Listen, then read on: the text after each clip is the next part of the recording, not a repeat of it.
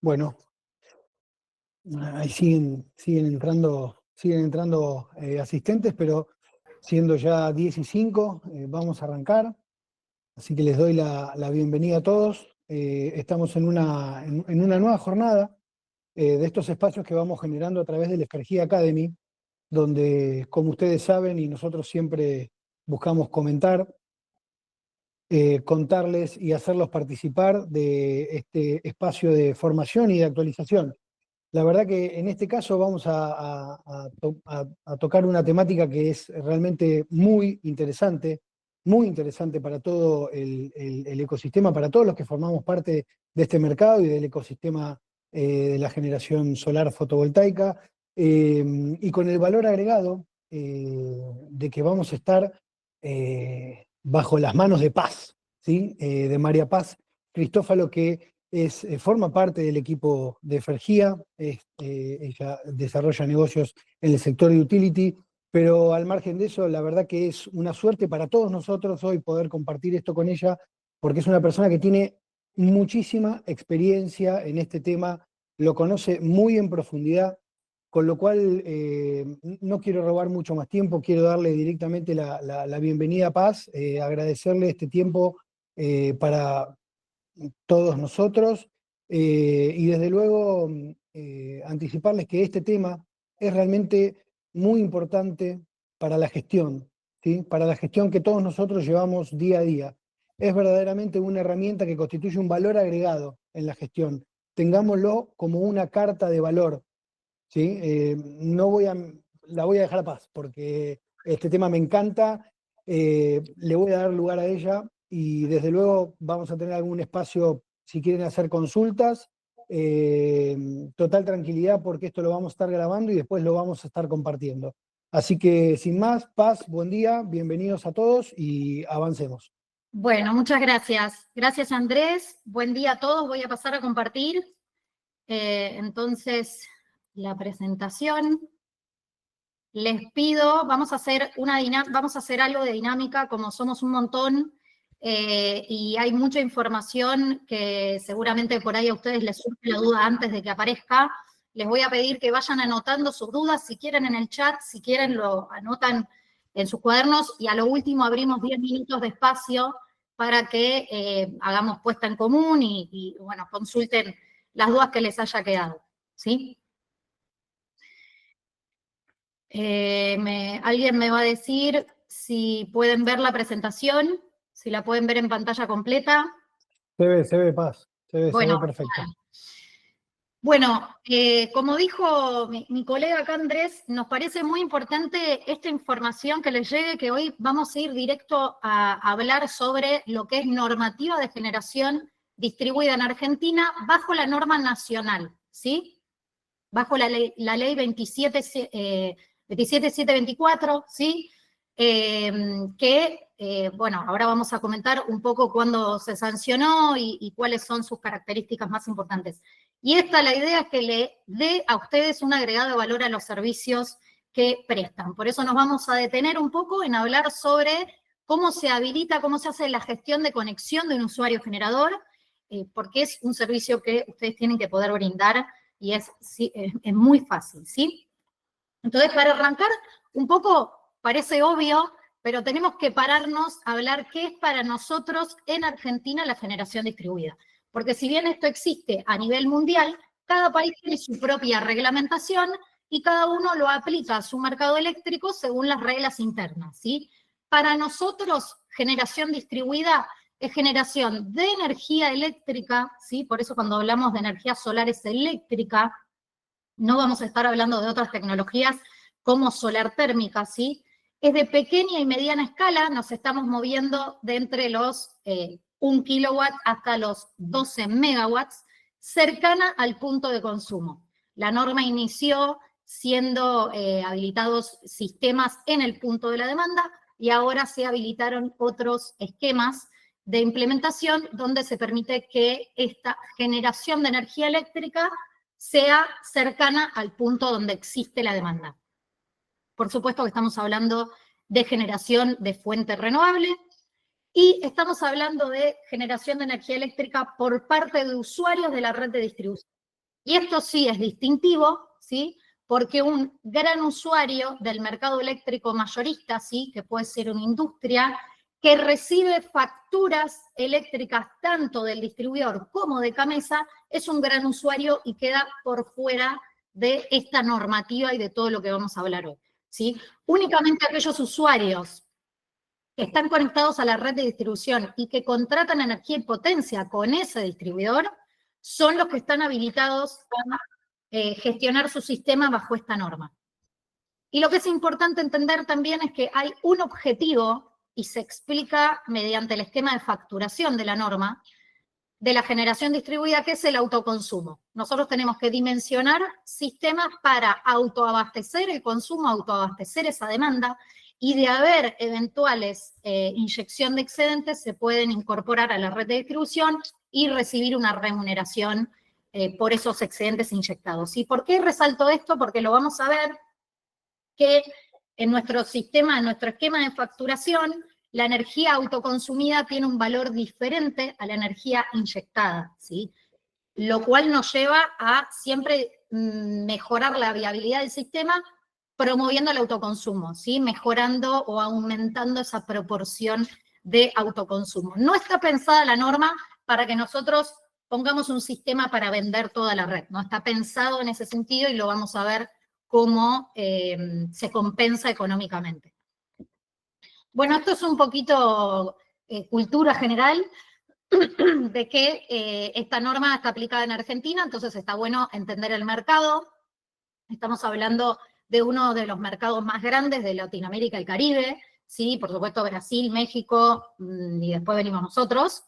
Tenemos una capacidad instalada de casi 45 gigawatts al día de hoy y una demanda anual de 142 terawatt hora, ¿sí? Al año. Y esta demanda en todo el sistema interconectado está creciendo a razón de 1.8 interanualmente, ¿sí? Entonces es un mercado con muchísimo potencial. Y es un mercado al cual tenemos que seguir colaborando en aumentar su capacidad instalada por el ritmo de crecimiento que tiene. Y otra característica importante que hace a la importancia o a esta actividad de generación distribuida que se convierte en una gran herramienta en nuestro país es que los clientes regulados son aquellos que no son libres, aquellos que no contratan energía y potencia en el MEM, mercado eléctrico mayorista, y son los clientes del distribuidor, representan el 99% de los usuarios eléctricos, son casi 16 millones de usuarios eléctricos, y un 83% de la demanda total. Y estos usuarios y esta demanda es la que se enmarca dentro del cuadro de generación distribuida. Es al que le aplica la norma de generación distribuida. Si esta demanda quiere instalar sistemas de generación renovable, lo hace a través del marco de generación distribuida. Por eso es importante resaltarlo. ¿Cómo está distribuida? Esta información es de Gamesa, también los invito a que revisen este sitio web. Gamesa es la Cámara de Administración del Mercado Eléctrico Mayorista, y tiene una sección con informes mensuales, anuales, y es el operador del mercado, y es quien organiza, digamos, toda esta información. Así que manténganse actualizados con este sitio web también. ¿Cómo está distribuida esta demanda por sector? Casi la mitad es residencial, después tenemos un 28% del sector comercial industrial, estos son usuarios aproximadamente, varía de provincia a provincia, pero que contratan más de 10 kilowatts de potencia hasta aproximadamente 40, 50 kilowatts, ¿sí? 300 kilowatts. Y después tenemos los grandes usuarios del distribuidor, que es este 10%, que son los goodies, grandes usuarios del distribuidor, que también a la fecha están enmarcados dentro de la ley de generación distribuida, ¿sí?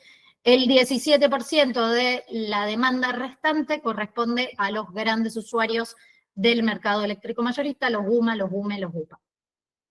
Bien, ahora sí nos vamos a lo que es la reglamentación.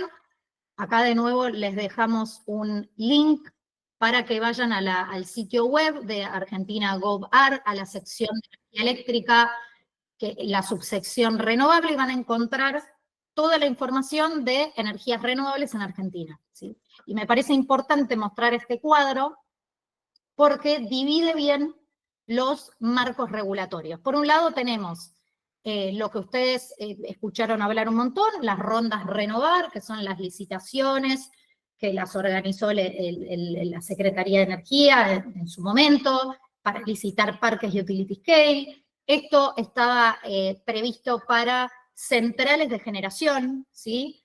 El mercado a término de energías renovables, que es lo que por ahí en renovables de utility scale hoy se está moviendo mayormente, ¿sí? Que es un contrato entre privados para la generación y uso de esa, y venta de esa energía eléctrica, ¿sí? Estos dos están enmarcados dentro de la ley 27.191, también del 2016 o 2017. Luego tenemos al mercado PERMER, que es digamos, la provisión de energía eléctrica para aquellos mercados dispersos, para aquellos usuarios que están desconectados del SADI, que no les llega la electricidad por red, entonces se los abastece por o mini redes o sistemas autónomos, pero dentro del marco de este programa. Y después sí tenemos la sección de generación distribuida de energías renovables, que es la 27.424, ¿sí? Y con esto les hablo que es a nivel nacional. Importantes cosas a tener en cuenta. Previo a la sanción de esta norma, hubo provincias que desarrollaron marcos propios para la generación distribuida renovable. Caso Santa Fe, caso Salta, ¿sí? La potestad de la distribución eléctrica está en manos de la provincia, con lo cual pueden tener estos marcos regulatorios, esta gestión propia, esta administración propia, pero en esta capacitación en puntual nos vamos a parar a explicar en profundidad la normativa nacional, porque es la que está implementada en la mayoría de las provincias, porque la mayoría de los usuarios caben dentro de las jurisdicciones que adhirieron a esta norma nacional. Entonces, nos parece importante que vayamos en profundidad a entender esta norma y después de haber interés podemos expandirnos a los marcos de otras provincias, ¿sí?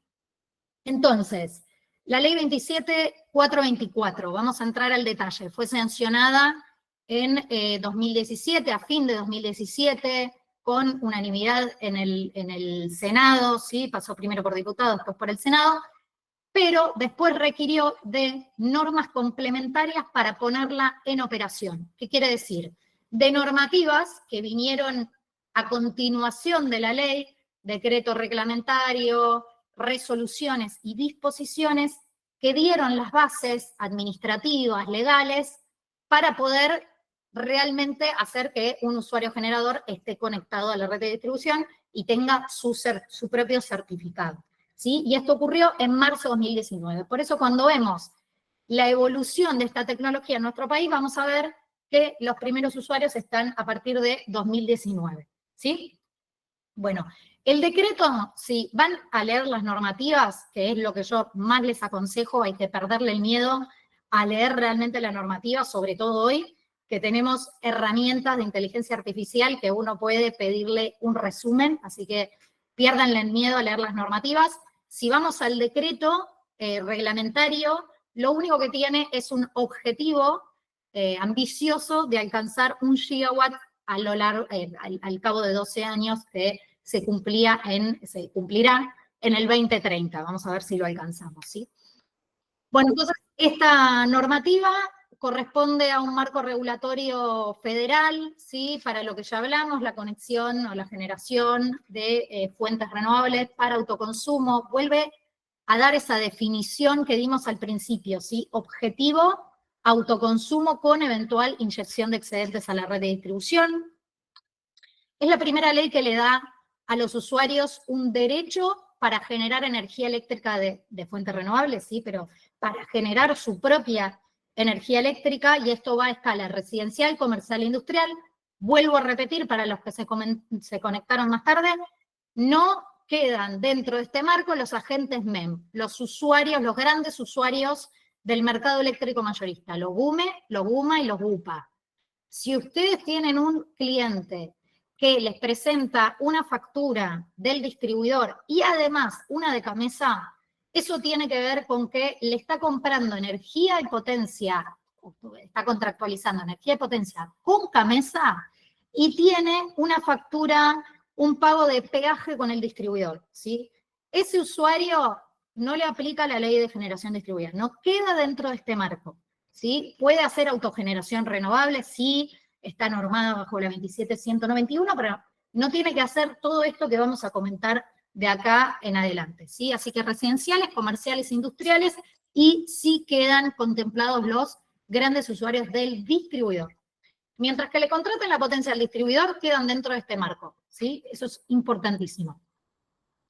La autoridad de aplicación es la Secretaría de Energía, quien emite este certificado usuario generador. Hoy, en la actualidad, las provincias que han adherido también han normado sobre una propia autoridad de aplicación en cada una de las provincias, y eso es correcto, eso es admisible. En general, la autoridad de aplicación es la que emite o norma sobre algún detalle puntual administrativo o técnico o legal sobre la conexión de este equipamiento. Lo que intenta buscar esta normativa es que todos los marcos provinciales que tengan reglamentos previos confluyan a esta norma nacional para poder unificar, ¿sí? Por eso esta norma fue amplia y abre un paraguas para poder involucrar a todos los usuarios eléctricos de este país. Ya hablamos más de 16.000 millones de usuarios eléctricos, ¿sí? Con una demanda de arriba de 140 terawatt-hora al año de electricidad, por lo menos el 80% de esa demanda es de usuarios del distribuidor, y son más de 600 distribuidoras y cooperativas eléctricas en el país que pueden formar parte de este régimen. ¿Qué más establece este régimen? Que habrá un solo medidor bidireccional, un único sistema de medición que va a medir demanda e inyección en forma separada para poder facturarla, y que el ente regulador va a ser el árbitro ante disputas que haya entre las partes. ¿Cuáles son las partes? El usuario y el distribuidor, ¿sí? ¿Qué más? Esto también es importante. Le da derecho al usuario a conectar un equipamiento que tenga una potencia hasta la que el usuario tiene contratada con el distribuidor para su demanda, ¿sí? Si el usuario contrata 10 kilowatts, puede conectar un sistema de generación distribuida de hasta 10 kilowatts y habilitarlo a la red, ¿sí? La potencia, lo mismo, 50, 50, 100, 100. La potencia máxima total habilitada para este tipo de sistemas hoy, en su momento era 2 megas, actualizado hace un año es hasta 12 megas, ¿sí? Y siempre que hablamos de esta potencia, que tiene que ser igual o menor a la que el usuario tiene contratada por su demanda, nos referimos a la potencia de acople, es decir, al inversor, ¿sí? O a la suma de ellas si tiene más de un inversor. ¿Puedo tener más generación, más paneles? Sí, pero la potencia de acople es la que me limita, es la que va a ser limitada en función a la potencia que yo tengo contratada para la demanda, ¿sí? En caso de que el usuario quiera conectar a la red una potencia mayor, tiene dos posibilidades. O aumenta su potencia contratada, ergo va a tener que pagar los cargos fijos por esa potencia contratada, extra, ¿sí? O solicita una autorización particular al ente regulador que queda sujeto a aprobación del ente. ¿Qué va a mirar el ente? Bueno, si es beneficioso para la red y para el distribuidor, que en ese punto se inyecte un poco más de potencia, y eso queda sujeto a una aprobación o no aprobación del ente regulador. Pero si tiene contratada 10 y quiere conectar 15, o sube a 15 o pide una autorización particular. Algo que surge un montón como pregunta es el limitador de inyección.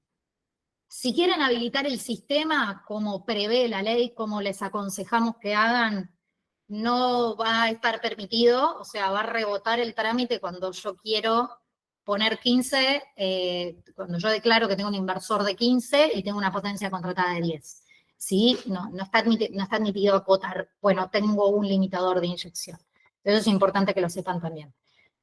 Y otra cuestión también que contempla esta normativa, que no fue vetada en diciembre de 2013, porque había un paquete de beneficios promocionales, que lo comento por si a alguno le quedó de oído, había un certificado de crédito fiscal, había un fondo, el FODIS, que daba un financiamiento con tasa subsidiada o tasa bonificada para la compra de estos equipamientos. Eso quedó, digamos, anulado por el DNU de diciembre 2023 de esta gestión, pero lo que sí queda vigente son los beneficios impositivos que están en el artículo 12 bis de la norma y que es la exención de pagar IVA y ganancias sobre, impuesto a las ganancias sobre las ganancias derivadas de la inyección de excedentes para aquellos usuarios generadores que contraten, no que instalen, que contraten hasta 300 kilowatts de capacidad de potencia con el distribuidor. ¿Quiénes son?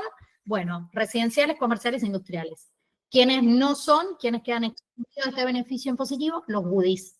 Porque se entiende que un goodie con más de 300 kilowatts de potencia contratada puede, bueno, facturar y tener alguna compensación de IVA y ganancia, que no es necesario que sus excedentes queden exentos de estos impuestos, ¿sí?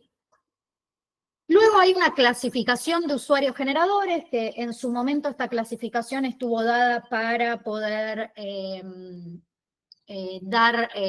otorgar en forma diferencial los beneficios promocionales.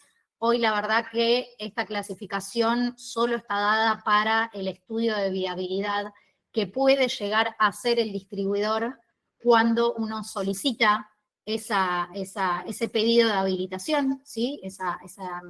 Gestiona ese trámite de usuario generador. Entonces, esta clasificación dice que hay 3 tipos de usuarios generadores. Aquellos que instalen un equipo de generación distribuida que no supere 3 kilowatts, ¿sí? Hasta 3 kilowatts. Y esto no es los que contratan potencia, sino los que instalan un equipo de 3 kilowatts. O sea, una empresa, una industria con 150 kilowatts de capacidad contratada puede ser un usuario generador pequeño instalando un sistema de 3 kilowatts. Puede existir, ¿sí? No tiene que ver con su demanda, sino con el equipo de generación distribuida que conecta o que quiere conectar. Esos son los usuarios generadores pequeños o UGP. Después están los UGM, los medianos, que son los que instalan sistemas de entre 3 kilowatts y 300 kilowatts. De nuevo, siempre nos estamos refiriendo al sistema que quiero conectar a la red, no a la demanda contratada.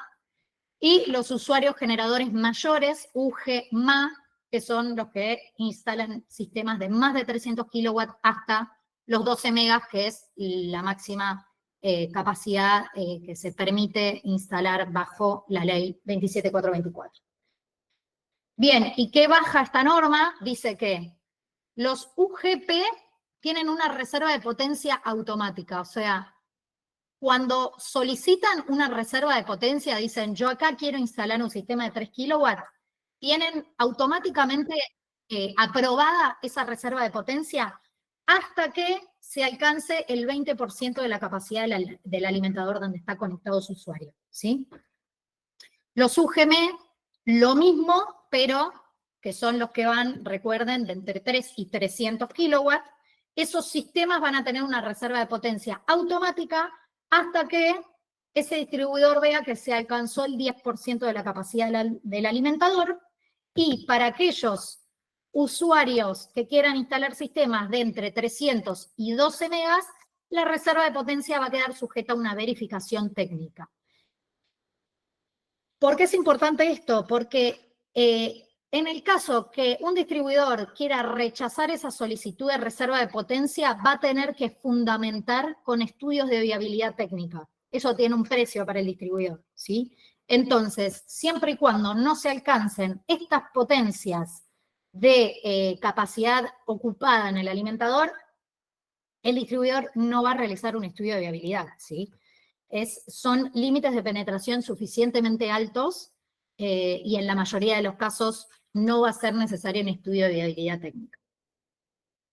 Bien, voy a pasar a explicar el balance neto de facturación. Acá voy a tratar de bajar un poco el ritmo y ir un poquito más lento porque hay que explicar algo respecto de la tarifa y es importante que se entienda bien este tema.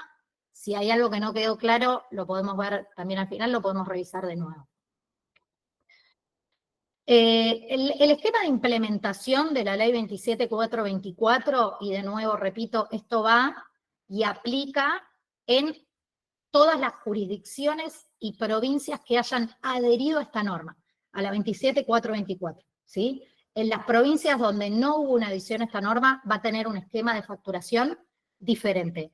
Pongo ejemplos, Santa Fe, pongo ejemplos, Salta, por ejemplo, ¿sí? Entonces, ¿qué establece el balance neto de facturación? Que es el esquema de facturación de la 27424. Implementa el net billing o balance neto de facturación, donde la energía que se autoconsume tiene un precio diferente a la energía que se inyecta, ¿sí? Al restante, ese eventual excedente que se devuelve en la red de distribución. Vamos a explicar el caso.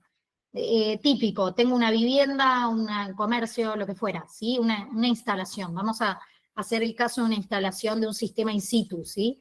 El sistema se coloca donde está la demanda. Aguas adentro del medidor, digamos, ¿no?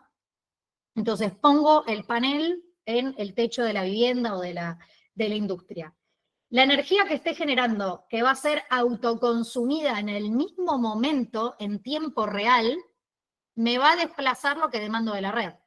Si yo la autoconsumo primero, esa energía que estaba abasteciendo de determinadas cargas, no la voy a estar utilizando de la red. Con lo cual, va a estar desplazando el precio de la tarifa completa. Yo me lo voy a ahorrar, ese electrón, esa energía, ese kilowatt hora, me lo voy a estar ahorrando al mismo precio de la demanda de red. ¿Qué precio tiene esa tarifa o cómo está compuesta esa tarifa? Tiene un precio que llamamos G de generación, que es el precio estabilizado de la energía más el precio estabilizado de transporte en el MEM, ¿sí? O también lo van a encontrar como PEE más PET, que es el estabilizado de energía y el estabilizado de transporte. Este precio es igual para todo el país, para todas las distribuidoras, ¿sí? Y lo regula la Secretaría de Energía a nivel nacional, según lo que proyecta CAMESA, según las programaciones trimestrales, según un montón de variables, incluso según la disposición o integración de subsidios que están provistos por el Tesoro Nacional, ¿sí? Entonces, lo regula la Secretaría de Energía y es igual para todos los distribuidores del país. Está ese precio, estabilizado de energía más estabilizado de transporte. Después hay otro componente que es el VAD, que es el valor agregado de distribución. Y eso es propio de cada distribuidor. Y eso es lo que hace que haya una dispersión en los precios y en las tarifas en todo el país. Aquellos distribuidores que tienen muchísimos usuarios van a tener un cargo VAD por economía de escala más reducido que aquellos distribuidores que tienen menos cantidad de usuarios, ¿sí? Entre un montón más de factores. No vamos a entrar en detalle, pero sepan que el VAD es la componente que hace que sea distinta la tarifa entre distribuidores. Y por el otro lado también tenemos los impuestos. Y no estoy hablando del IVA, que es igual en general para todo el país, digo en general, porque hay usuarios que tienen IVA de 21 y también van a ver en facturas que hay un IVA de 27 para determinados usuarios, como asociaciones civiles y otros, ¿sí? Pero estoy hablando de impuestos locales. Hay muchas provincias que tienen grandes impuestos locales dentro de la tarifa eléctrica que pueden alcanzar hasta 35%, y es lo que también contribuye a tener una dispersión tarifaria a lo largo de todo el territorio nacional, ¿sí? Entonces, nuestra tarifa en todo el país está compuesto por un precio estabilizado de energía más transporte, es el mismo en todo el país, un valor agregado de distribución es propio de cada distribuidor, y unos impuestos locales que es propio de cada provincia. Todo eso compone mi tarifa. Y cada vez que yo autoconsumo energía que fue generada por mi sistema de generación distribuida, voy a estar evitándome de pagar ese kilowatt hora a la distribuidora al precio de la tarifa completa, con impuestos incluidos. Entonces agarro el cargo variable kWh por mes, ¿sí? Ese cargo variable que está en el cuadro tarifario y le agrego los impuestos. Recuerde que cuando yo voy a ver los cuadros tarifarios, los impuestos que son locales no están incluidos, ¿sí? Entonces hay que incluirles esos impuestos. ¿Dónde lo vemos? En la factura. No miremos solo el IVA, miremos todos los cargos que hay por leyes nacionales, por leyes provinciales, por leyes municipales, incluso hay provincias que agregan hasta servicios de bomberos, servicios funerarios dentro de lo que es el servicio eléctrico. Ahora se está normando quitar todo ese tipo de impuestos, pero todavía existen en algunos lugares. Ahora, ¿qué pasa cuando me sobra un excedente y lo inyecto? Ese excedente va a estar inyectado en el medidor, ¿sí? Yo como usuario no voy a hacer distribución ni mantenimiento de red de esos, ni voy a operar la red de ese distribuidor, con lo cual se va a reconocer ese excedente inyectado a G, o sea, únicamente al precio estabilizado de energía más precio estabilizado de transporte. Pueden ver que G es más chiquitito que G más impuestos, ¿sí? Entonces, siempre me va a convenir autoconsumir e inyectar, ¿sí? Por eso, el objetivo de esta norma siempre es dimensionar un sistema que se ajuste a las necesidades del usuario para no tener que inyectar demasiados excedentes y perder en parte la viabilidad de la inversión realizada, ¿sí? Bien, y ese precio de inyección para el distribuidor no le cambia. Esto es una de las justificaciones de por qué también fue instruido este esquema de facturación, que es el balance de facturación. Porque para el distribuidor que compra la energía en bloque en el mercado eléctrico mayorista, AG, al precio estabilizado de energía más transporte, el distribuidor compra a precio estabilizado, se da vuelta, le agrega el VAT y los impuestos y lo vende al usuario, ¿sí? Entonces, para el distribuidor es lo mismo comprar ese inyectado que comprarlo al MEM. Entonces, esto no genera distorsión, no hay un flujo de dinero que esté compensando, subsidiando ni nada en el medio, ¿sí? Bien, eso en cuanto al esquema de implementación. Está bueno esto que lo tengan, voy a volver un segundito, no quiero pasarme el tiempo, pero si ustedes realizan estudios de viabilidad para darle a sus clientes, ¿sí? Y más o menos pueden entender según el perfil de carga que tienen, en muchos casos cuando son, bueno, en algunos casos cuando son empresas que tienen curvas de carga, nosotros podemos estimar cuál es el porcentaje de autoconsumo en una vivienda rarísimo, pero podemos saber qué perfil tiene. Vamos a poder estimar, bueno, en esta vivienda se autoconsume un 50% de la energía generada, o no, o un 10, o un 90.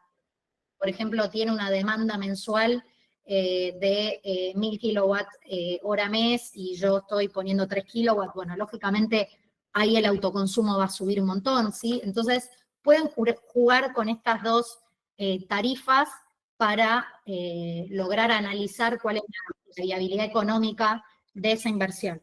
Recuerden que siempre que buscan el cargo variable para saber la tarifa, ¿sí? Para saber cuánto vale ese kilowatt hora que se autoconsume, que yo lo busco en el cuadro tarifario, agréguenle los impuestos, ¿sí? Es importante, es algo que por ahí olvidamos colocar, y el ahorro también incluye esos impuestos que en muchos casos supera el IVA. Estoy hablando de impuestos sin IVA que llegan al 30-35% en algunas provincias, ¿sí? Vamos a ir un poco más a cuestiones de seguridad que están normadas, ¿sí? En las normas complementarias de la ley 27.424 y que por ahí son las que más les competen a ustedes y que me gustaría que las lean en profundidad también, ¿no? La ley establece que, o el marco complementario establece que no cualquier persona puede instalar un sistema, sino que lo tiene que hacer un instalador calificado, que son profesionales de diferente formación técnica. ¿Por qué con diferente formación técnica? Porque la educación es potestad también de las provincias. Entonces, en cada provincia, el Ministerio de Educación establece, bueno, el ingeniero acá puede instalar, el ingeniero eléctrico puede instalar sistemas de hasta tanta capacidad en tal tensión. En otra provincia esos valores cambian, ¿sí? Por eso queda sujeto a lo que indica cada provincia, pero tienen que tener incumbencias específicas en la instalación eléctrica que hicieron. Si hicieron una instalación residencial, su título tiene que estar habilitado para hacer instalaciones a nivel residencial y lo mismo para comercial e industrial, ¿sí? Tiene que estar acreditado y con un título homologado por el Ministerio de Educación y tiene que estar o matriculado o colegiado en el Consejo Profesional de esa jurisdicción. Muchas veces sucede que la instalación lo ejecuta una instalación sin estas formaciones técnicas, pero la habilitación comercial sí lo hace, la validación técnica y legal sí lo tiene que hacer un profesional que esté matriculado o colegiado, ¿sí? Y en la disposición, donde están todas estas características técnicas y todas las que vamos a decir a continuación, está establecido que es responsabilidad del instalador calificado la verificación del cumplimiento de todos los requisitos técnicos que vamos a ver a continuación. ¿Cuáles son? Que hay estándares de calidad y seguridad para el equipamiento principal, que son los paneles, que son los inversores, ¿sí? Siempre vamos a estar hablando de la fotovoltaica porque el 99.99%, tanto de los sistemas como de la capacidad instalada en Argentina, es de tecnología solar fotovoltaica. Lo mismo ocurre en América Latina y lo mismo ocurre a nivel mundial, y no es una casualidad, sino que la solar fotovoltaica es la solución que más aplica o que mayor integración arquitectónica, más fácil es de integrar a cualquier techo, no tiene partes móviles que requieran mucha operación y mantenimiento, es la más costo efectiva al día de hoy, están masificados todos los productos, ¿sí? Por eso siempre que hablamos de generación distribuida, hablamos de generación solar distribuida ya prácticamente, ¿sí? Entonces, si bien la norma, la disposición 97, coloca requisitos técnicos o establece requisitos técnicos de otras tecnologías, sobre todo el equipo de acople a la red, vamos a hablar solo de la solar fotovoltaica, no solo porque estamos en el marco de FERGIA, sino porque es lo que más se instala a nivel mundial y en nuestro país también, ¿no? Entonces, los paneles fotovoltaicos van a tener que cumplir con estas normas IEC o sus equivalentes IRAM en el país. Esto casi que es obvio, pero lo miramos igual. ¿Por qué digo que es casi obvio? Porque hay normas establecidas o leyes establecidas que en comercio que directamente no se pueden importar módulos que no cumplan con esta normativa, ¿sí? No obstante, está bueno que lo tengan en cuenta, que se va a pedir que ese certificado a la hora de hacer o solicitar el certificado de usuario generador, vamos a tener que subir el certificado de estos equipamientos. Lo mismo con los inversores, está la norma IEC, la IRAM equivalente, ¿sí? La IRAM es la norma equivalente de la IEC nacional, argentina, ¿sí? Y que tiene que cumplir con los códigos de red internacionales que están allí explicados, ¿sí? Por supuesto que la disposición, que la van a poder descargar o se las vamos a enviar luego por algún medio, ahora vemos cómo, o la pueden descargar directamente del sitio web de... Bueno, yo al final de esta presentación también les dejo los enlaces para ir directamente a la norma. Tienen full detalle de todo esto, ¿sí? No voy a entrar ahora porque si no, no vamos a poder abrir el espacio a preguntas, pero habla sobre la seguridad de la instalación, tiene que haber determinadas protecciones entre el generador y la red, interruptores, tablero de protecciones, protecciones contra descargas atmosféricas, ¿sí? Hay requerimientos técnicos para la tecnología solar fotovoltaica en cuanto a cables, estructuras, seccionadores, son muy básicos, son muy amplios. Todos los productos que se comercializan cumplen con todo lo que se solicita, y estoy segura de que comprende todas las buenas prácticas que ustedes utilizan a la hora de instalar estos equipamientos. Y toda la normativa está alineada con lo que establece la Asociación Argentina de Electrotecnia, ¿sí? Así que no hay nada raro, no hay nada, pero igual los animo a que la vean en profundidad, ¿sí?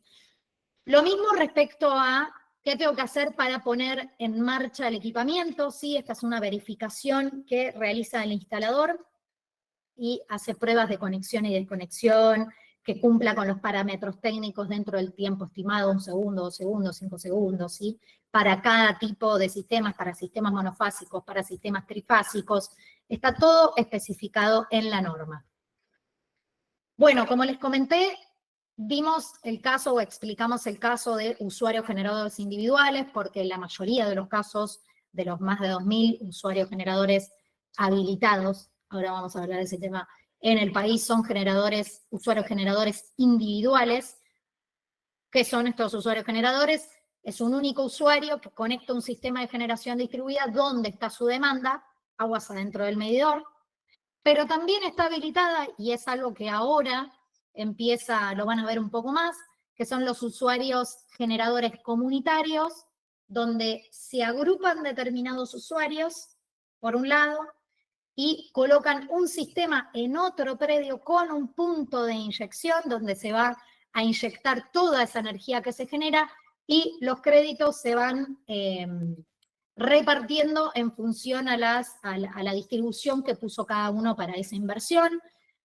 ¿Cuáles son los beneficios de un sistema comunitario? Primero es que todos aquellos usuarios que por estar en un edificio o por no tener superficie disponible queda fuera técnicamente de la generación distribuida, bueno, pueden agruparse para buscar otro lugar y asociarse entre usuarios.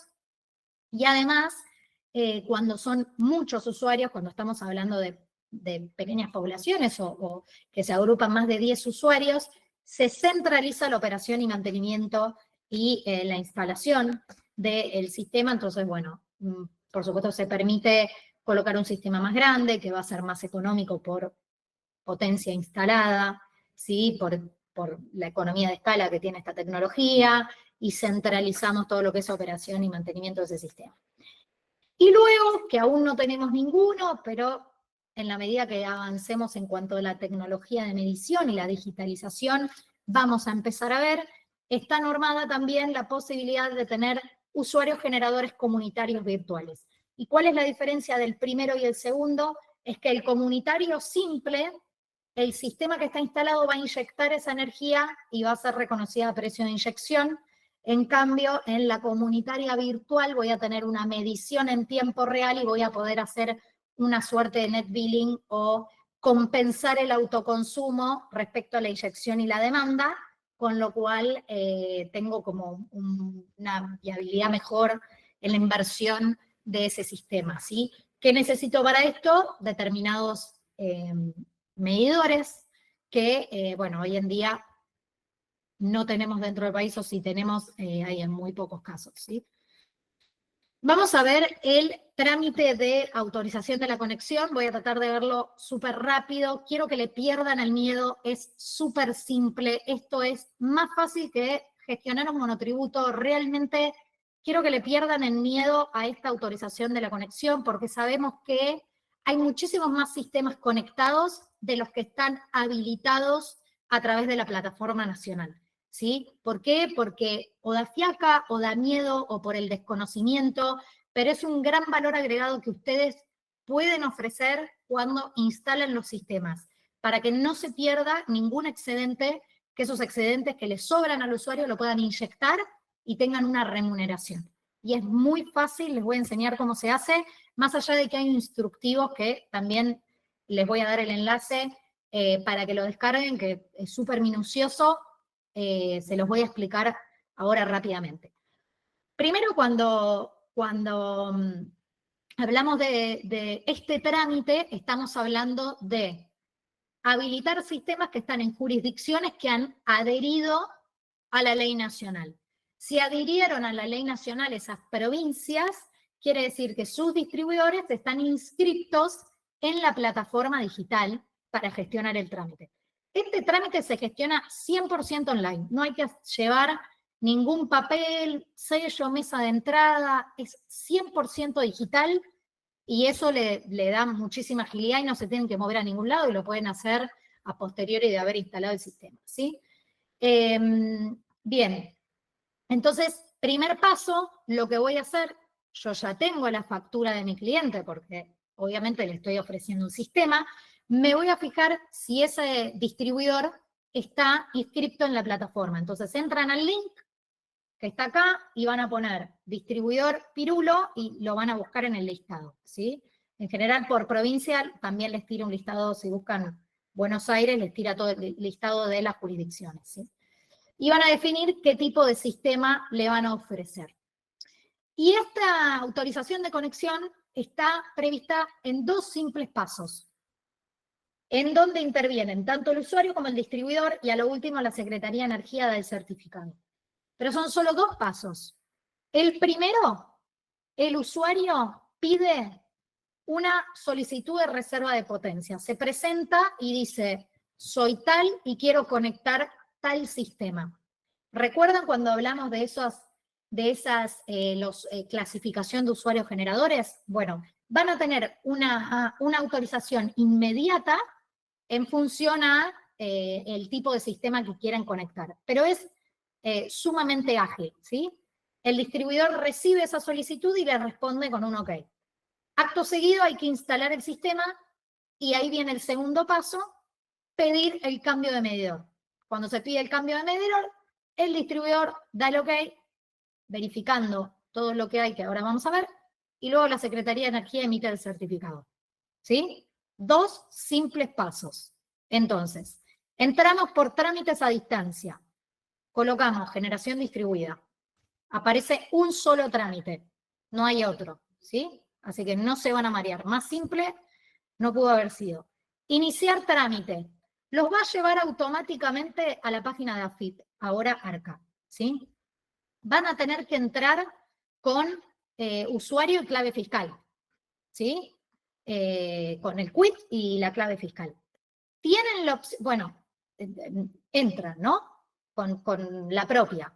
Les va a aparecer acá el nombre de ustedes, van a volver a iniciar el trámite, porque va a volver a trámites a distancia, y van a poner de nuevo generación distribuida. Y les va a aparecer un solo resultado. Antes aparecían 2, porque aparecía la solicitud de cupo de certificado de crédito fiscal. Eso está dado de baja, así que ahora encuentran un solo resultado, la habilitación del trámite, ¿sí? Generación distribuida. Ponen iniciar trámite. Y ahí van a colocar el quit y clave, bueno, acá no les va a pedir la clave fiscal, pero van a poner el quit de la empresa o el de ustedes. ¿Cuándo van a poner el de ustedes? Cuando la empresa los haya apoderado para hacer el trámite.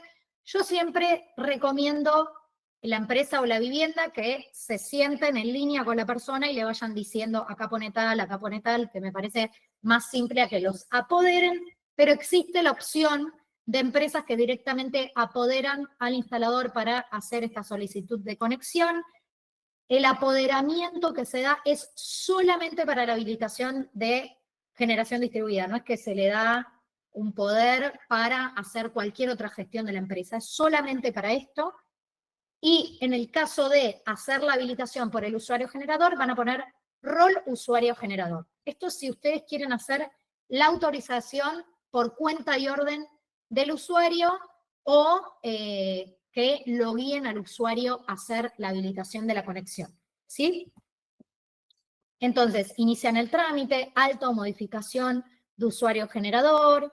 Si fueran apoderados de varios, les va a aparecer todos los trámites acá, pero si no, al usuario le tiene que aparecer solo uno. Y estamos en este paso, recuerden el primero, voy a reservar la potencia, ¿sí? Le voy a decir al distribuidor, me voy a identificar con quit, nombre, apellido, razón social, email y teléfono, ahí pongan los del titular del suministro, ¿sí? Acá, en todo, ¿sí? Razón social, donde viene la factura.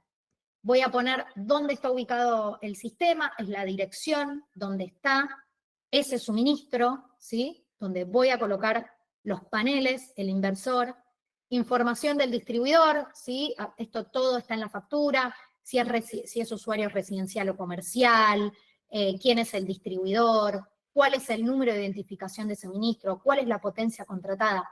Todo esto está en la factura. En una sola factura está toda la información. No es que tienen que hacer un relevamiento. Con una factura pueden cargar todos los datos. Y ahí ponen los datos también del sistema que intentan o que ya vieron, que ya quieren conectar. Por ejemplo, una instalación nueva de tecnología solar de 10 kilowatts, ¿sí? Y van a poner cuál es la potencia de acople, ¿sí? Cuánto tengo de inversor, cuánto tengo de paneles. Si les pone la opción de subir algún adjunto, en el caso de que tengan, por ejemplo, una autorización de colocar un sistema más grande que la potencia contratada, ¿sí? Del ente regulador, si no, no hay que colocar ningún adjunto. Automáticamente enviar. Esto no les puede llevar más de 15 minutos completar, ¿sí? El primero, el segundo ya en 5 minutos lo completan. El distribuidor tiene entre 48 y 92 horas, eso depende del contrato de concesión de cada distribuidor, para responder, y va a decir, sí, ok, podés conectar los 10 kilowatts o no, podés conectar menos. Y si me dice podés conectar menos, me va a tener que dar una documentación técnica de respaldo, ¿sí? Ese formulario 1B, que es la respuesta del distribuidor, me da un año de vigencia para poder solicitar el cambio de medidor, ¿sí? Entre esta respuesta del distribuidor, tengo un año para instalar y pedir la solicitud del medidor bidireccional. Es muchísimo tiempo, ¿sí? En general esto sucede en semanas. Segundo paso, conecto el sistema y pido la solicitud de medidor bidireccional. ¿Qué hace? Entra el usuario, completa y dice, voy a designar al instalador calificado. Ese instalador calificado va a tener una matrícula, ¿sí? Es el que firma y se hace cargo legalmente de la instalación que esté hecha conforme a lo establecido en la norma. ¿Cómo lo deriva el instalador? A través del quit. Pone el quit del instalador, ¿sí? Y de ser necesario, adjunta factura de compra de equipamiento. Esto ahora no es necesario, antes se pedía para el otorgamiento del certificado de crédito fiscal, ahora no se está pidiendo, ¿sí? Eso es lo único que tiene que hacer el usuario. Después, este formulario pasa al instalador y el instalador va a tener que hacer declarar los equipos, hacer el protocolo de puesta en marcha, adjuntar los certificados y algunas cositas más. Se lo envía al usuario y el usuario pone OK. Eso es lo único que hizo el usuario, ¿sí? Lo único que hicieron con el usuario es el paso 1, completar los datos de la factura, 10-15 minutos, y acá que se lo envíe a ustedes para que ustedes hagan todo el checklist y suban los certificados de los equipos que instalaron. Listo. Se manda al distribuidor, el distribuidor da el OK y cambia el medidor. A partir de que cambia el medidor, ya empiezan a contabilizarse esos excedentes inyectados, ¿sí? A veces rebota esta solicitud y hay que ver por qué rebotó. En muchos casos o se subieron mal los adjuntos o falta algo, o por ejemplo, de pronto dijeron que instalaron más de la reserva que tienen hecha. No vayan a instalar un sistema de acople de 15 kilowatts cuando reservaron 10, ¿sí?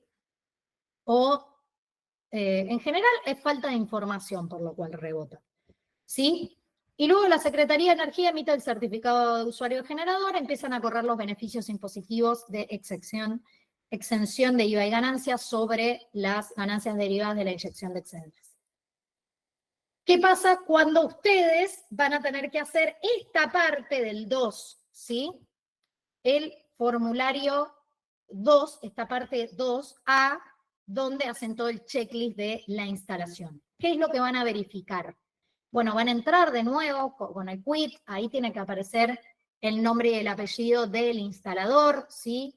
Y como rol no van a poner usuario generador, van a poner instalador calificado, y van a hacer esta parte, ¿sí? Les va a aparecer en mesa de entrada el trámite que les derivó el usuario cuando puso el quit y los mandó a ustedes a completar. Y van a hacer la declaración del equipo del sistema en cuanto a la generación solar fotovoltaica, van a poner qué marca, si es monocristalino, policristalino. La gran mayoría de estos son menú desplegable, ¿sí? Van a tener que elegir una opción, nada más. la potencia unitaria, la cantidad, orientación e inclinación de cómo fueron instalados.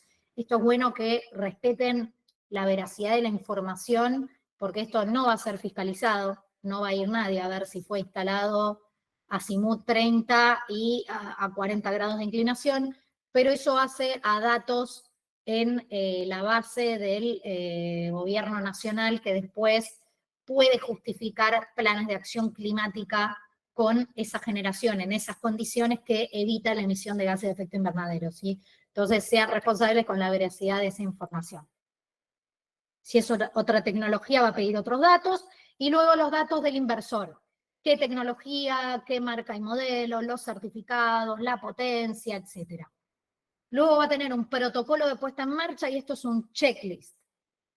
Tic, tic, tic, tic, tic, cuadraditos, checklist, donde ustedes cumplieron con todas esas pruebas de desconexión que están en la disposición 97, ¿sí? Van a adjuntar certificados IEC o IRAM, en general son IEC, de los paneles, y los inversores en los sistemas fotovoltaicos le van a pedir eso. Y ahí el distribuidor puede solicitar alguna documentación adicional o no. En general, de Nor y de Sur pide algún documento más que ustedes, si han instalado bajo estas distribuidoras, ya lo conocen. Hay un campo para poner observaciones, si querés poner observaciones, si no, puede estar vacío con un punto sigue. Y si hay un tic de declaración donde hay una declaración jurada que dicen que es veraz toda la información que acaban de completar, ¿sí? Y eso se envía al usuario. Y el usuario lo envía con un clic al distribuidor, es más simple que un mail, ¿sí? Y llega al distribuidor para que pueda realizar el cambio del medidor. El distribuidor lo único que puede hacer, no se puede meter en la instalación a revisar cómo fue instalado el sistema. Tiene derecho a intervenir en el pilar, ¿sí? Donde cambia el sistema, el medidor. Es lo único que puede hacer el distribuidor, ¿sí? Bueno, me repasé de tiempo, pero les dejo acá para que lo vean después. El estado de avance, tenemos más de la mitad de las jurisdicciones del país están adheridas a este marco, más de la mitad de las distribuidoras y cooperativas del país están inscritas en la plataforma, estamos llegando a los 100 megas, más de 3.000 usuarios generadores, y hay reservas de potencia para 40 megas más, y esto es una parte de lo que está instalado.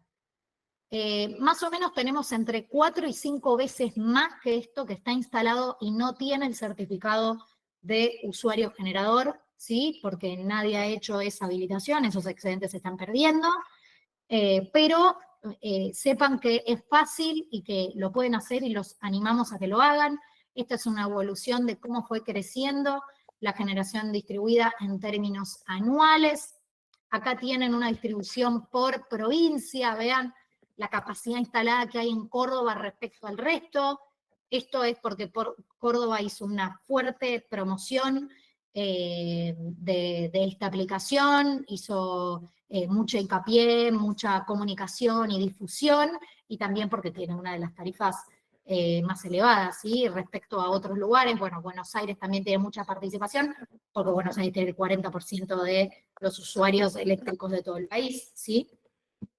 Acá tienen una distribución respecto a que la mayor cantidad de sistemas están a nivel residencial, pero cuando vemos la capacidad instalada, gana el sector comercial e industrial por un 80%, ¿sí? Esto es propio de mercados incipientes. Esto quiere decir que todavía hay muchísima oportunidad para el crecimiento de esta tecnología. Estamos recontra en pañales, tenemos muchísima posibilidad y mucho potencial, tanto técnico como económico, para seguir instalando este tipo de sistemas en todo el país, ¿sí? Y cierro con estos enlaces que les dejo acá para para ir en profundidad, que vayan a leer la disposición, ¿sí? Utilicen las herramientas de inteligencia artificial para hacer un ida y vuelta y siempre verifiquen leyendo la norma, piérdanle miedo a eso, ¿sí? El enlace a los instructivos, el enlace a seguir el sitio web donde se carga toda la normativa, ¿sí? Porque esto se va ayornando, los marcos se van flexibilizando y se va cada vez más lanzando normativa complementaria y hay que estar actualizados, ¿sí? Los reportes de avance también, mes a mes, la Secretaría de Energía va dando un reporte donde muestra estos gráficos que yo les acabo de mostrar, que son de mayo, y bibliografía de consulta que pueden tener, que es más teórica, digamos, ¿no? Bueno, con esto cierro, les pido disculpas estos 5 minutos de retraso y voy a abrir a preguntas o Paz, cargas también, sí. Paz, ante todo te agradezco mucho el tiempo y el hecho de compartir información y parte de tu conocimiento en esto. Muy agradecido, seguramente en nombre de todos. Quiero quiero hacer hincapié en algunas cositas que dijiste antes de pasar al tema de las preguntas. Primero, para tranquilidad de todos, vamos a compartir este video. ¿Sí? Y compartiendo este video vamos también a hacerle llegar por lo menos las direcciones, ¿sí? Las URL donde pueden bajar la parte normativa, ¿sí? Un poco esto que Paz estaba comentando al final, para que puedan empezar a verlo, a leerlo, a familiarizarse. Algo que me parece muy importante, 2 cositas más. Nuestros productos, todos los productos que comercializamos en Efergía, por lo menos los que vamos a trabajar más fuertemente para la adhesión a esta ley, que son los paneles y el inversor, todos tienen sus certificados, sus homologaciones, todo está a disposición de ustedes. Pueden acceder desde la carpeta compartida que está en la lista de precio, o bien solicitarlas al comercial que tenga cada uno, o bien solicitarlo también al área técnica, pero quiero trasladarle total tranquilidad de que todos los productos, o sea, todos los inversores de Huawei, toda la línea de paneles que trabajamos está debidamente cumpliendo con lo necesario para que puedan hacer los trámites y adherir. Y por último, quiero poner en valor algo que Paz subrayó en más de una oportunidad y tiene que ver con la simpleza de esta gestión y el gran valor que representa para los clientes, sea en el segmento residencial como también en el comercial industrial. Habiendo dicho eso, obviamente dejamos un espacio para preguntas. De antemano les agradezco a todos y Paz, vuelvo a agradecerte el compartir tu tiempo y los conocimientos. Buenísimo. Bueno, acá tengo algunas preguntas. Fabián, ¿la potencia máxima del equipo es la contratada en horario fuera de pico? ¿Es la máxima de la que aparece? Si tienen distintas potencias por banda horaria, es la máxima. ¿Por qué? Porque ese usuario tiene directamente dimensionada toda su instalación y toda su acometida y toda su vinculación a la red para la potencia máxima. Más allá de que en otro horario consuma menos potencia o contrate menos potencia, ¿sí? Ya está todo preparado para la máxima, con lo cual puede estar inyectando o conectando un equipo para la máxima, ¿sí? ¿Quiénes pueden habilitar estos trámites ante el distribuidor? Bueno, lo comentamos, sí, hay categorías en función a cada una de las provincias. Ustedes tienen que mirar qué título tienen, entrar a la jurisdicción donde operan, donde trabajan, y fijarse si alcanzan las validaciones de sus títulos y estar matriculados o colegiados. Algunos tienen consejos profesionales y otros tienen colegios. Cada jurisdicción es diferente, ¿sí? En Entre Ríos está, Juan José dice, en Entre Ríos está aprobada la utilización de sistema de limitación de potencia para usuarios generadores con instalaciones de potencia mayor a la contratada. Genial. Como comentamos, acá estamos viendo la norma general. Después, cada jurisdicción pudo haber reglamentado algo particular, que está en su plena potestad de hacerlo. Me alegra que Entre Ríos lo haya regulado y que lo traigas acá para que cada uno pueda revisar las normativas en cada una de las jurisdicciones donde trabajan, ¿sí? Es importante. Bueno, el PDF lo vamos a mandar. La ubicación del punto de acople es el pilar del usuario. Puede estar en el interior del tablero, puede estar en el interior del tablero. ¿Sí? Si van a la disposición 97, también hay un unifilar de conexión que está validado y está alineado con lo que establece la Asociación Argentina de Electrotecnia, ¿sí? Así que es la misma, ahí van a poder ver cómo se conecta. Desventajas que tienen los comunitarios y los virtuales. Bueno, que el comunitario normal va a estar, se le va a estar remunerando toda la energía que genera al precio de inyección, mientras que el virtual, lo que se autoconsume en tiempo real, se compensa la tarifa plena, recuerden que incluye los impuestos, y de haber excedentes que no se autoconsumen, y todo va a estar medido porque está medido en tiempo real, está remunerado al precio excedente, que es el precio estabilizado de energía más transporte, ¿sí? Es una suerte, el virtual es como un net billing de usuario individual, pero como sistema comunitario. ¿Existe una distancia máxima de separación entre usuarios comunitarios? No. Pero sí tienen que estar dentro de la misma distribuidora. No como distancia en metros, pero tienen que estar dentro del área de concesión de la misma distribuidora. Los usuarios y donde está el sistema van a estar compensados si están dentro del mismo distribuidor o cooperativa eléctrica, ¿no? ¿Qué pasa si la cooperativa no está inscrita en la plataforma? Gianfranco pregunta, es excelente pregunta. Hay que ir a la provincia, hay que ir a la autoridad de aplicación y pedirle que trabaje con el ente para que esa cooperativa esté inscrita en la plataforma. Porque es tu derecho como usuario, el cliente tiene derecho a que si su provincia reglamentó y adhirió a la normativa, bueno, su distribuidor o su cooperativa tiene que prestar el servicio para que se pueda conectar, para que pueda conectar su usuario. Las instalaciones solo con autoconsumo, sin medidor, ¿deben declararse ante algún ente? Por ejemplo, OSEBA. Bueno, OSEBA es el ente regulador de la provincia de Buenos Aires, que no, donde no están los usuarios, digamos, de Nor y de Sur. Ustedes saben que son distribuidores que tienen una jurisdicción nacional y provincial, porque hay usuarios de Nor y de Sur que están dentro de la provincia de Buenos Aires, fuera de Cava, ¿sí? Pero esos se regulan a través del ente regulador nacional, que ahora ha cambiado de nombre, pero antes era el ENRE, y OSEBA regula a todo el resto de las distribuidoras y cooperativas de la provincia de Buenos Aires, sacando de Nor y de Sur. La normativa de Buenos Aires pide que aquellos usuarios generadores que instalaron sistemas bajo la red de Nor y de Sur, después se inscriban en el RENUGER, y para aquellos que no están bajo de Nor y de Sur, tienen una solicitud diferente de conexión que se hace mediante la distribuidora, que tiene otros pasos distintos y que se hace a través de OSEBA. Eso en términos generales. Ahora, como instalación, solo autoconsumo, no inyecto, no tengo medidor bidireccional. Bueno, primero, si no tenés nada de excedentes, ok, es raro. Siempre algún excedente podés llegar a tener y si no estás habilitado lo perdés.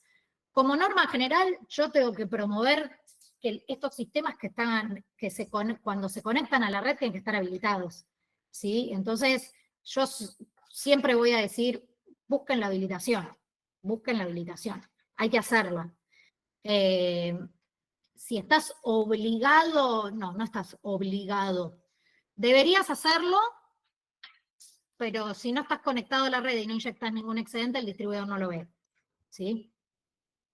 Pero la norma dice que si conectas un sistema, tenés que habilitarlo. Alejandro pregunta, respecto a los clientes que quieren inyectar la generación de su sistema en un punto de la red de distribuidores de Nor y de Sur sin medidor bidireccional, ¿hoy está reglamentado? No podés inyectar sin un medidor bidireccional. No podés inyectar. Y ocurren cosas raras, como por ejemplo, si el medidor es muy antiguo y vos conectás y no dijiste nada, a veces lo que sale, el medidor te lo toma como demanda. Entonces de repente ves que le sube la demanda al cliente. Entonces, no, si querés inyectar, vas a necesitar un medidor bidireccional, que justamente es el equipamiento que va a medir en forma separada la demanda de lo que inyectes y lo va a facturar como corresponde, ¿sí? ¿Cómo se obtiene ese poder? ¿Estás hablando del apoderado? Les dejé el enlace en la presentación. o te metes en la web, trámites a distancia, apoderado para generación distribuida, y te sale el videíto de cómo hacer el trámite. Te lo hace la empresa directamente. Es simplísimo. En la provincia de Buenos Aires, la reglamentación aprueba un único medidor bidireccional para usuarios. Está reglamentado por OSEBA, sí. Esto fue una simpleza que lanzó Buenos Aires el año pasado porque se pedía 2 medidores, el bidireccional y otro para demanda. Esto es para que vieron que ustedes están categorizados dentro de la potencia contratada, por ejemplo, un T1, luego hay T1, R1, R2, R3, R4, si hay distintos escalones tarifarios en función a la demanda.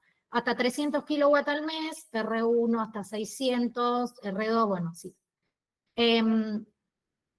Cuando se pedía un medidor por demanda es para que, por más de que hagas autoconsumo, no te baje tu eslabón de demanda para que vos termines pagando el cargo variable según ese eslabón en el que vos estabas, ¿sí?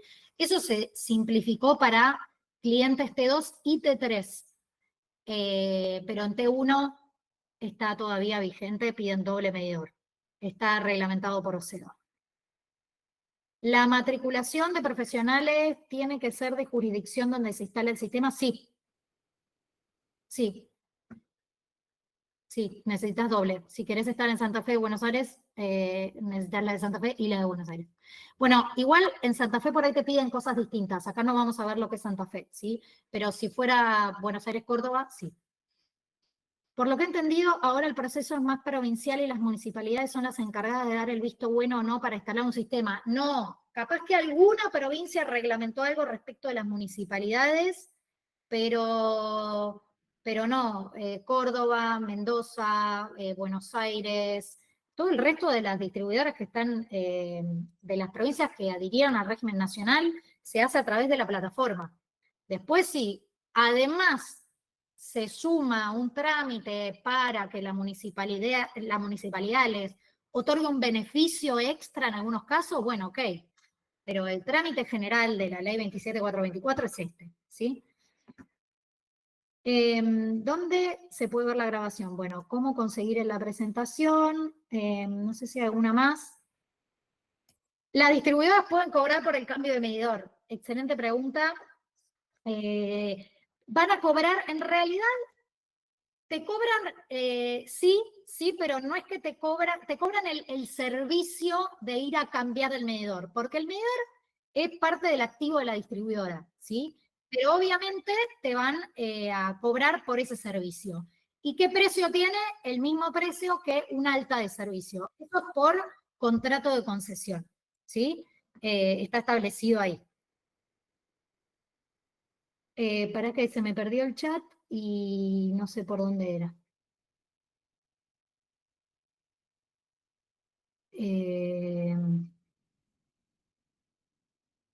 A ver, explicaste cómo es el trámite para los comunitarios. Igual, usa el mismo trámite. Existen casos de... Y está hace muy poquitito habilitado hay un menú desplegable donde elegís comunitarios. O si no está ahora, lo van a hacer en los próximos días. ¿Existe caso de divergencia o diferente medición de consumo, generación o el doble medidor? José, no entendí tu pregunta. José Félix, entre el power meter y el medidor bidireccional. Ahora espera que terminamos y abrís el micrófono y lo preguntas. Toda la instalación conectada a la red debería estar declarada. Sí, toda instalación que está conectada a la red y que va a inyectar excedentes en la red del distribuidor tiene que estar declarada y eso es una obligación del usuario por ley. Está reglamentado que es obligación del usuario. Y también es obligación del usuario que si cambia el sistema porque lo amplía o porque lo achica o porque lo que fuera, también lo tiene que declarar, ¿sí? En Mendoza la normativa local implica sí o sí la habilitación. El EPRE autorizó a las distribuidoras a retirar los medidores si se detectan obras solares no declaradas. Acá Maximiliano aporta eso respecto de Mendoza. Además de docentes de CABA, presido una ONG de difusión de energía renovable. ¿Cómo nos podemos poner en contacto con ustedes? Bueno, Pablo, ya estás en contacto con nosotros, después nos comunicamos. Ay, Esteban dice, los medidores viejos mecánicos giran para atrás, descuentan. Los digitales viejos te cuentan más, es decir, te toman la inyección como consumo. ¿El precio de inyección se negocia? No, no se negocia. El precio de inyección está normado y es el precio mayorista, estabilizado mayorista, ¿sí? El precio al que compran los distribuidores en el mercado eléctrico mayorista, en el MEM, ¿sí? Es el precio estabilizado de energía más el precio estabilizado de transporte. Luego, cada provincia, a través de su ente regulador, el ente regulador puede decir a sus distribuidores, bueno, además, incluyenle pérdidas, como hizo en su momento el ENRE para Edenor y del Sur. Además del precio estabilizado de energía de transporte, incluyan las pérdidas dentro del precio de inyección. Pero eso, no hay una negociación privada entre el usuario y el distribuidor o entre el usuario y el ente, ¿sí? La Secretaría de Energía a nivel nacional establece el precio de inyección, los entes reguladores en cada una de las provincias o jurisdicciones le dicen a los distribuidores cómo lo tienen que detallar en sus cuadros tarifarios y cómo tienen que ser sus tarifas. Y eso es para todos, para las tarifas de demanda y para las tarifas de inyección. Bueno, acá hay un intercambio entre los oyentes. En Mendoza el trámite es por TAD. El cobro está prohibido. Lo que está prohibido es un cobro por otros cargos, por peaje, ¿sí? Lo que sí se cobra es la mano de obra de ir a cambiar el medidor, pero no es un costo que pese dentro del costo de la instalación del sistema. Es meramente un costo más que nada administrativo y de mano de obra de poner un medidor, ¿sí? Pero sí lo que está prohibido son otros cargos. Y eso está prohibido directamente desde la ley.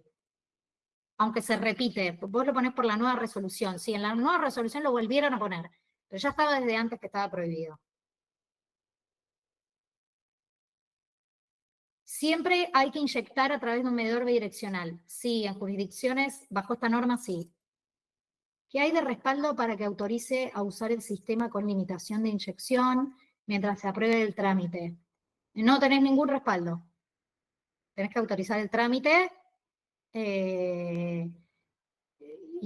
Si haces la solicitud, si presentar el F2A, que ya instalaste, pido la solicitud de medidor, esa expedición del ente tiene que también ser esa respuesta dentro del plazo de respuesta que tiene establecido para cualquier trámite ese distribuidor en su contrato de concesión. 48, 72, 96 horas, no cambia de eso, ¿sí? Entonces, lo tenés rápido el trámite, no es que meses. Y si demora meses, hay que ir a buscar al árbitro, que es el ente regulador en cada una de las jurisdicciones. ¿Podés ampliar más en detalle la diferencia entre comunitaria y virtual? Sí, déjenme terminar las preguntas y después vuelvo con eso. ¿Hay algún requisito para instalaciones off-grid? No, son off-grid, no hay requisitos. ¿Puede la distribuidora quitar el servicio por encontrarse en situación de no conveniencia económica con un cliente generador? ¿Qué quiere decir no conveniencia económica? No, el distribuidor va a quitar el servicio, le puede dar de baja el servicio eléctrico si el usuario está incumpliendo una norma. Es decir, si esos equipos que instaló están generando disturbios en la red. Hay dos casos, ese y creo que otro más, que está en el contrato de usuario generador, que se firma, que queda en el acuerdo a través de, cuando se emite el certificado de usuario generador, ese acuerdo queda anexo al contrato para la demanda que tiene cualquier cliente. Obviamente, si vos generás un disturbio en la red, te pueden dar de baja el servicio, pero eso ocurría siempre. ¿Sí? No es que, pero si no hay una conveniencia económica, no se habla de conveniencias económicas. Las instalaciones off-grid sin inyección no son jurisdicción de las distribuidoras. No, si no tengo red del distribuidor, estoy afuera de la red del distribuidor. Un campo, zona rural, no llega a la red, es un sistema autónomo, voy a tener un sistema de almacenamiento, voy a tener baterías, no voy a estar acoplándome a ninguna red. Entonces no tengo que hacer ninguna habilitación, ¿sí? Instalaciones que se hicieron hace 5 o 10 años, que nacieron así. Sí, instalaciones previas a la norma. ¿Vieron cuando uno hace, yo les mostré, cuando das el alta de usuario generador, podés poner que la instalación es preexistente, ¿sí? Mismo cuando ya tenés un sistema y lo querés ampliar. Decís, bueno, voy a hacer una ampliación del sistema, es una preexistente, ¿sí? Puedo habilitar sistemas que están instalados desde antes de la norma. Puedo hacer este trámite. El F2A se podría dejar encendido entonces el equipo, pero no va a inyectar nada, va a ser solo autoconsumo. Hay una protección ahí que... No. Pero sí, sí, lo podés dejar encendido y después vas a tener el excedente una vez que te conectan el medidor, ¿sí? Hasta que no tengas el medidor no te van a cuantificar la inyección de excedentes. Eso sí. Hay clientes que prefieren no declarar y habilitar la instalación porque el instalador puede verificar la instalación completa y proponer mejoras antes de la aprobación. Bueno, no entiendo la pregunta de Alejandro, pero hay clientes que prefieren no declarar. Bueno, pero ¿qué información tienen esos clientes? Anímenlos a declarar, porque si tienen un excedente lo pierden y tienen muchas más chances de que, o sea, va a estar habilitado. Si está conforme a la norma, ese sistema va a estar habilitado, entonces conéctenlo, habilítenlo, que no pierda ese excedente, ¿sí? Le aporta valor hasta a la propiedad, a la empresa, lo que sea. El gran problema principal es la falta de modernización de las cooperativas. Bueno, sí, pero... ¿tenés noticias de que se esté modernizando la red a una smart grid? Bueno, nos vamos de tema, pero smart grid tiene que ver con no solamente colocar sistemas de generación distribuida, sino colocar almacenamiento a nivel red, digitalizar toda la red, dar opciones de respuesta a la demanda para los usuarios regulados, cosas que aún todavía no están reguladas. O sea, el almacenamiento per se no está prohibido, pero no hay regulaciones específicas. Programa de respuesta a la demanda no tenemos, ¿sí? Me parece que estamos en camino a... ¿Se puede configurar inyección cero hasta que hagan el cambio? Se puede. ¿Habría que limitar el inversor para que no inyecte hasta el cambio de medidor? Se puede, pero ir cerrando. Bueno, me piden que vaya cerrando, sí. Se puede limitar o se puede dejar abierto. Vamos a ir cerrando. Si quedan dudas, mándennos al mail, las vamos a ir respondiendo. Estamos comunicados, les vamos a dar toda la información, van a poder descargar la presentación y toda la documentación anexa, ¿sí? Así que tienen nuestros canales para seguir preguntándonos el resto de las dudas. Perdón que nos llegamos, pero nos excedimos en media hora. Me alegra muchísimo. Estas dudas que surgen son buenísimas todas. Y me alegra también saber que hay tanto interés y que somos tantos subidos a este barco que va para adelante y que tiene un potencial enorme. Así que gracias por formar parte del sector. Andrés. Perfecto. Bueno, gracias Paz, gracias a todos los que se estuvieron conectando. Como dijo Paz, refuerzo el tema de que estamos en contacto. Es buenísimo, realmente el nivel de consultas. Las vamos a seguir respondiendo. Tenemos que cortar por aquí en este momento, pero sigamos en contacto y todas las preguntas que tengan nos las hacen llegar y las vamos a ir respondiendo. Les agradezco a todos, que tengan buen día, buena semana y buena gestión de proyectos.